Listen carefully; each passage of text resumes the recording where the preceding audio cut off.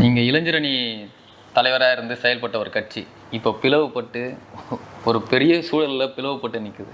அந்த பிளவை நீங்கள் எப்படி பார்க்குறீங்க? வருத்தம் தான் படுறேன். ஏன்னா அவர் senior most leader doctor Ramadoss அண்ணன். அவர் உழைச்சது வன்னியர் மக்களுக்கு வேண்டி ஆரம்ப காலத்தில் 1988, 89 ரொம்ப கஷ்டப்பட்டு இதை வளர்த்து கட்சி ஆரம்பித்தார். கட்சி ஆரம்பிக்கும்போது ஆரம்பத்தில் நான் அவர் கூட இருந்தேன். நான் அவர் தீரன் நாங்கள்லாம் சேர்ந்து ஆரம்பித்தோம். சாப் சுப்ரமணியம் ஐஏஎஸ் ஒருத்தர் நாங்கள் ஆரம்பித்தோம். அப்போ நான் மாநில இளைஞரணி தலைவராக நான் தான் இருந்தேன்.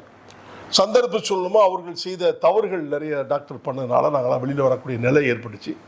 அன்றைய நேரத்தில் அவர் சொன்னது மேடைக்கு தெருவாக பேசுனது. தென் மாவட்டத்துக்கு நான் அழைச்சிட்டு போகும்போதெல்லாம் மேடையில் ஒவ்வொரு மேடையிலும் பேசுவார். அப்போ பேசும்போது நானோ என் குடும்பமோ பாராளுமன்றத்திலோ சட்டமன்றத்திலோ கால் வைக்க மாட்டேன், அப்படி வைத்தால் என்னை சவுக்கால் அடிங்கள் என்று அவர் தான் தெருவாக வீதியாக பிரச்சாரம் பண்ணார். இப்போ அவரை சவுக்கால ஒரு பையன் அடிச்சுக்கிட்டு இருக்கான். இதுதான் உண்மை. அந்த மக்களுக்கு செய்த துரோகத்துக்கு அவன் பையன் தண்டனை கொடுத்துட்ருக்காரு. தேவேந்திர குல சமுதாயத்தை சேர்ந்த 5 பேர் துப்பாக்கி சுட்டுட்டாங்க, இறந்துட்டாங்க. அதுக்காக 6 பேர் நாங்கள் சுட்டுட்டாங்க. அதுக்காக நாங்கள் ஒரு போராட்டத்தை அறிவிக்கிறதுக்கு அவர்கிட்ட நீங்கள் பேசின மாதிரியும் அவர் அது மறுத்துட்டாரு. என்னுடைய மகனுடைய திருமணம் இருக்குது, அதனால் நான் இது இப்போ வேணான்னு சொல்லிட்டாரு. அந்த சம்பவத்தை கொஞ்சம் விரிவாக. அதாவது அம்பேத்கர் சிலை திறப்பதுக்கு பனையூருங்கிற கிராமத்துக்கு அம்பேத்கர் சிலை இருக்குது. அப்போ பாட்டாளி மக்கள் கூட சொல்லி இளைஞரணி தலைவராக நான் இருந்தேன். அப்போ பண்ருட்டி ராமச்சந்திரன் இருந்தார். அவர் கட்சியில் பாட்டாளி கட்சியில் இருந்தார். நானும் அவரும் திறக்க போகிறோம். பரமக்குடி ரயில்வே கேட் பக்கத்தில் எங்கள் கண் முன்னாலே ஷூட்டிங் நடக்குது. நான் கண் முன்னாலே. அப்போது பண்ருட்டி ராமச்சந்திரன் உடனே நான் அதுக்குள்ளே மக்கள்லாம் என்ன மறித்து முற்றுகையிட்டுக்கிட்டாங்க.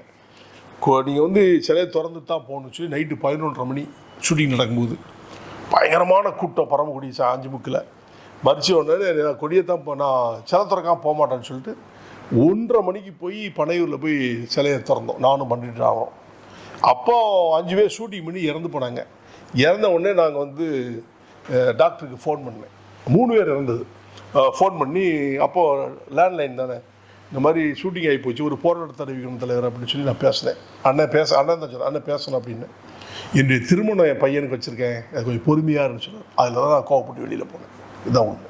அந்த சூழல் எப்படி உங்கள் மனசை காயப்படுத்து? ரொம்ப தாக்கமாக இருந்துச்சு.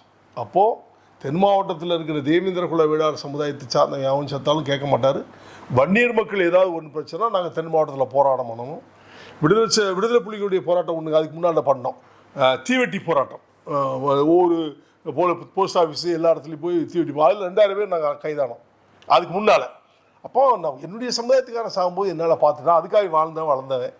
ஒருதாய மக்கள் மாநாடு 89 வரை போட்டிருக்கோம். அதுக்கும் 2 பேரும் பலரும் பள்ளி ஒன்று சொல்லி மேடையில் பேசிவிட்டு 4 பேர் 5 பேர் சாகும்போது நீ பொறுமையாக இருக்கும்போது என் பையன் கல்யாணம் முக்கியம், நீ பேசாமல் இருக்குன்னு சொன்னால் நான் எப்படி பொறுமையாக இருக்க முடியும்?